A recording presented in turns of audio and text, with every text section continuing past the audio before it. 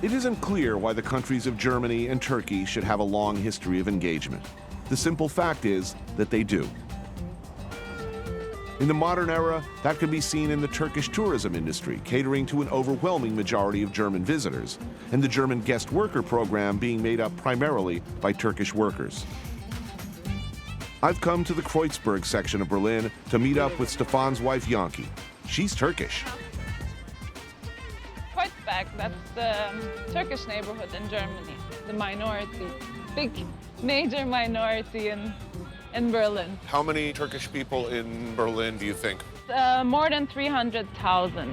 Turkish guest workers largely provided the muscle behind the recovery known as the German miracle after World War II. So this is the Turkish men's club, where men drink coffee and play games, and it's like a hangout place.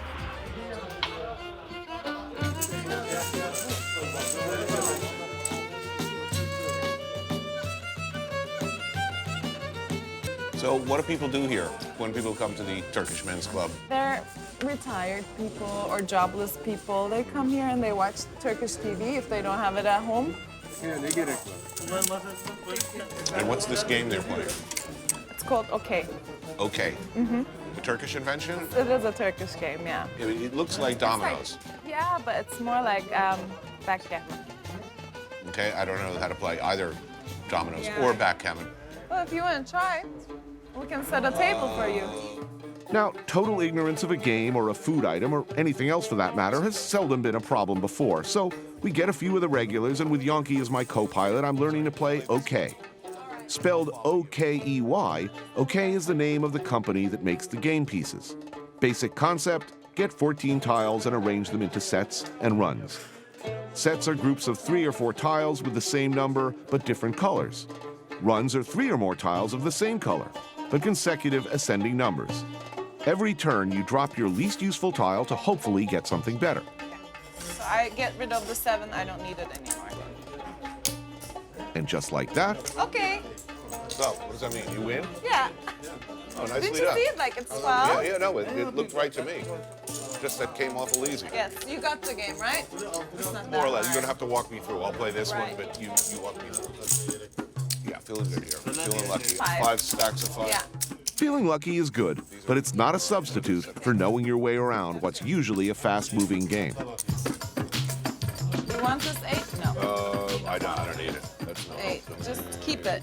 Keep Keep it? it like this. Okay. Yeah, Oh. you see what's happening here. At a certain point, tea was ordered, served, and consumed while I worked through my options. I'm told that in Turkey, repeated tile clicking is a traditional indicator of mounting impatience. So, okay, that's good. Yeah, I got a lot of garbage here. This is not looking good, is it? Normally, your opponents serve up a little bit of verbal harassment, hoping to keep you from acquiring all the tiles you need.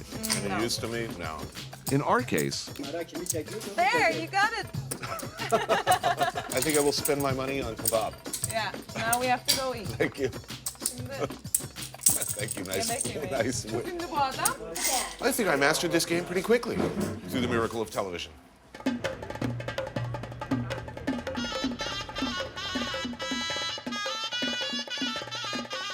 This is Hazir Kreuzberg. Merhabalar. Hazir Kreuzberg is more than just a fine Turkish restaurant. It was here in 1971 that Mehmet Aygün got the idea of taking the traditional Turkish doner kebab, usually served on a plate, and wrapping it in pita bread. There are many variants to lamb on a vertical spit in the world, shawarma and the gyro, for example. But the doner quickly became the #1 fast food in Germany. But there's more to Hazir than just doner, and I'm ready to try all of it. I want that, whatever it is. What Yeah. is it, by the way? This is Adana kebab. Right? This is shish kebab. This is marinated shish kebab. It's another version of it. And then we're gonna order some doner. Oh yeah, have to have that. Sandwich? That looks really good, yes. Yeah. I don't know what you're saying, but I want it, whatever it is. Şimdi de bir tane Adana. I trusted Yanki to do the ordering as long as we got everything with the word kebab in it. The doner itself was quite inspiring. That looks so good. Look at that monstrous pile of meat. It's even bigger in the mornings. It's like 80 kilos. On the weekends, like they need 2 of these things. Really? Yeah. Yeah. Well, what do we have here? This is the traditional doner, which you have. Oh, yeah. That looks good. Okay, so the bread's underneath. The bread is underneath. You can have it with yogurt or without yogurt, but it always comes with tomato sauce. A key ingredient in the traditional doner is a Turkish spice called sumac. It adds a clean, citrusy flavor. Not everybody eats it with sumac, but in my town, we always eat it with this. Ah. Oh. Would you like saç kebab? Yes. Shish kebab? Yes. Adana kebab? Yes. Was? Yes, the kebabs have landed.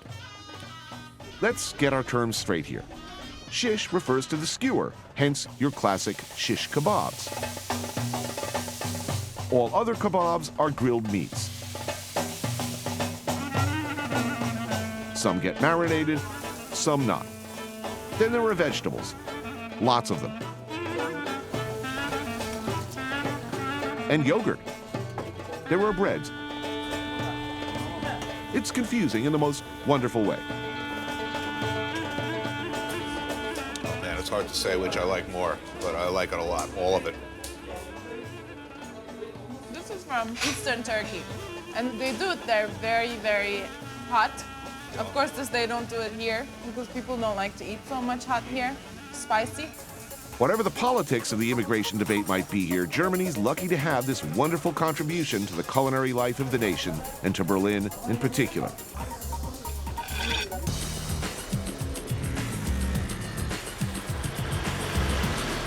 The year 1957 was not a good year in the battle between capitalism and communism.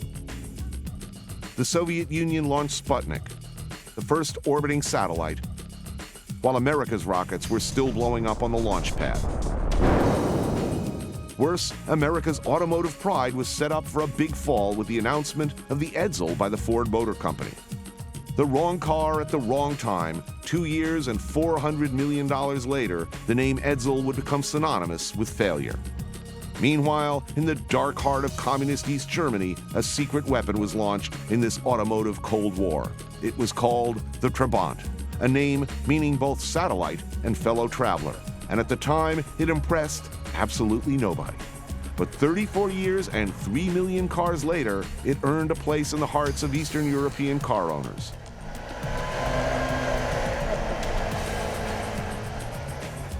My first impression is that this is definitely a car for the nutritionally challenged. Okay, this could be interesting. Okay. Okay, apparently East Germans weren't that tall. There were a number of whimsical touches. This makes claims to 120, but I think that's wishful thinking. It's sitting in place now, and look at the bottle of water. It's a lawnmower with gears. Let's ride. Steers like a dream, too. The 25 horsepower two-stroke engine is a legacy of its original design. What was meant to be a 3-wheeled motorcycle became a very small car late in the planning stages. Ooh. Time to turn on the wipers. That's exciting. The Trabant's body was rumored to be made from cardboard, but that's incorrect. It was actually made from a resin-soaked cotton wool called Duraplast that only looked like cardboard. And while it's true that unattended Trabants have been consumed by livestock, cardboard doesn't generate delicious, deadly, toxic fumes when it burns. Oh yeah, third gear, beautiful. It's easy to ridicule the Trabant from a Western perspective, I'll tell you, we need some better product placement in this show. but for the people behind the Iron Curtain who waited years to buy one, ownership of a Trabant became a real life-changing experience. With a choice between bus lines and bicycles, this car represented a kind of freedom of movement people had never known. Actually, I'm kind of liking this car. Starting to develop a real affection for it.